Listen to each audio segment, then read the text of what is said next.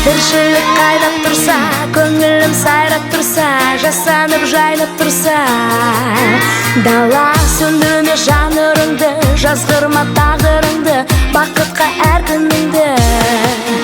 Бала, арманың барда, шаршама қалма, жасқанып қалма, жүре бер тек алға. Өмір сынаса, көңілге алма, әніңді жалға, жүре бер тек алға.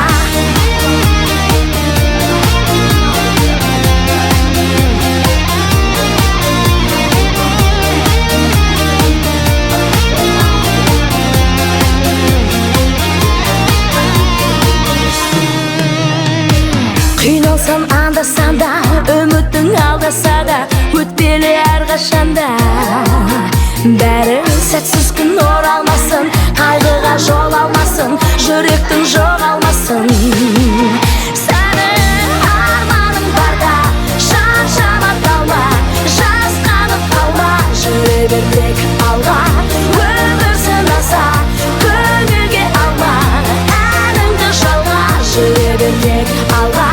Арманың барда, шаршама қалма, жүре бер әрқашанда алға.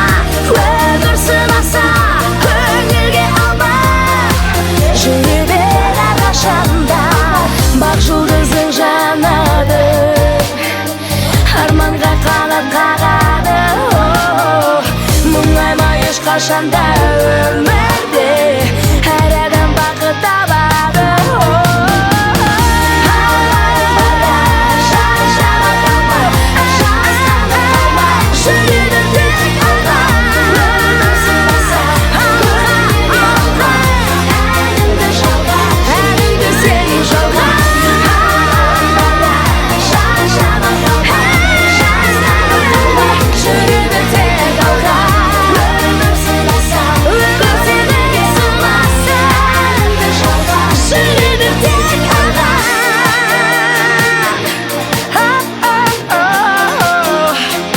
Жүре бер тек алға.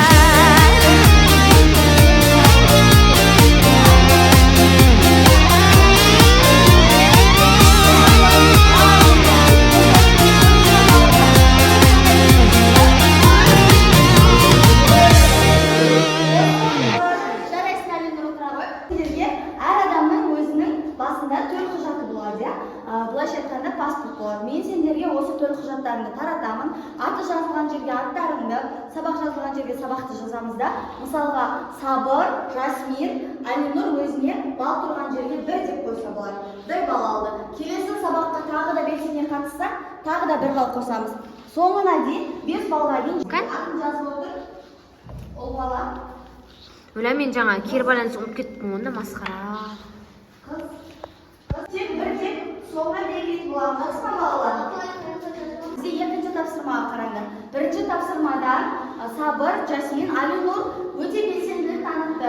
Өздеріне 1-1 балдан алды. Екінші тапсырма бұл сендер өздерінің достарымен орындауға арналған.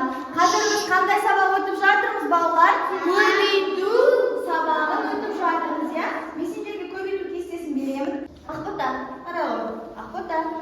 Ақбота мен Алинур осы жұптық жұмысты орындайды. Жұптық жұмыс. Екеуің көбейту кестесін жазасыңдар. Таңнұры көбейту кестесін жазамыз. Мысалға Сабыр сен 1-2-лер жаза берсең, мына жақтан Таңнұры 5-4-ті жаза бер. Жақсы ма? Жаза ғой. 5-1 көп. Жақсы. Балалар бұл жұптық жұмыс. Нұрхан, басын көтере ғой. Екеуің бірге көбейту кестесін толықтырып жазып шығасыңдар. Бірінші бітірген жұптар бағаланады. Жақсы ма балалар?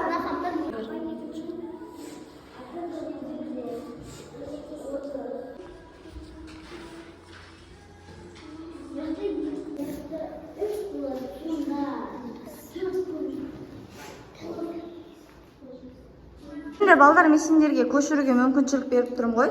Кесте жазамыз, жақсы ма?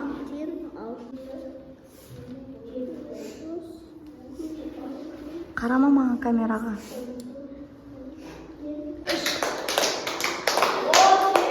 Біздер Аяна мен Айзере тұтышқа ойнап.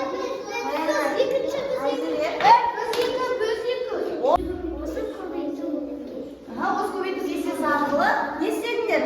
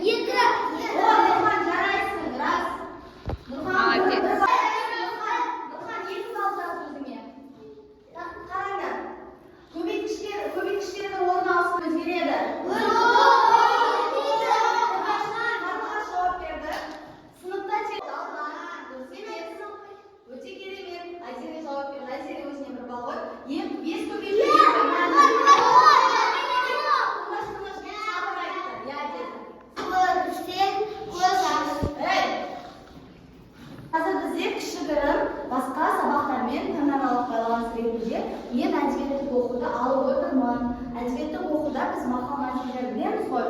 Сол бойынша бізге Қарлығаш пен Алинұр екеуі осы мақалдарды табады. Екеуіне аздаған секундтар уақыт беріледі, ойлана келе, мынаны кім бірінші қолына алып жауап береді, сол адамға ұпай жазылады. Бұл сабақтың ұпайы 10 балға тең. 10 балл жинаған адам өзіне 2 балл жазады. Ал 10 балдан төмен жинаған адам өзіне тек 1 ғана балл жазады. Мен сендерге барлықтарыңа осындай паспорт бердім ғой. Сол себептен бірінші екеу шығады, одан кейін қалған оқушылар шығады. Жақсы ма? Болды, енді екеу. Ұядан шыққанда Айта ғой. Ұядан не көрсең шыққанда соны білесің деп айтшы, көтерші. Қолыңа ұстап көтеріп тұр. Иә. Ұядан не көрсең көтеріп тұр, бай. Тарсындағы прыгш. 7 рет өлше, 1 рет Молодец. Ойланыңдар. Айзере, Нұрхан ойланыңдар. Бұл не балапандар? Балапандар не деп отыр? Өзіні үйсігінде жоқ, ойнаған. Не деп айтамыз? Көрсетіп жіберейік. Бесінге кері байланыстарды таратқан болатынмын. Бүгінгі сабақ ұнады ма? Түсіндіңіздер ме? Өте керемет, рахмет сендерге. Сендерге де сабаққа белсене қатысқандарың үшін мен сендерге арнайы құрмет медалі табыстайтын боламын. Бұл кітапша сендердің осы сабаққа белсенділіктеріңді көрсетеді. Бұны әрдайым өздеріңмен бірге алып жүріңдер. Сабақтарда белсенді болған кезде ішіне мен сендерге өзімнің арнайы сыйлығымды беремін. Арнайы сыйлығым ол мүмкін монета түрінде болуы мүмкін, немесе барлығымыз бірге асханаға барып тәтті тағамдар жеуіміз мүмкін. Жақсы ма балалар? Осы Иә. балалар, мына сабағын көрсетіңдер, ешкімді қинамай. Сендерге бүгінгі сабағым ұнады деген ойдамын. Олай болса, сендер өздеріңнің бүгінгі сабаққа қатысты пікірлеріңді осы кері байланыстар арқылы беріңдер. Жақсы ма балалар? Бұл жерде күн бізде түсіндім деген мағынаны білдіреді. Бұл жартылай түсіндім, ал бізде көңіл күйі жоқ, бұл мүлдем түсінбедім деген мағына береді. Жақсы ма балалар?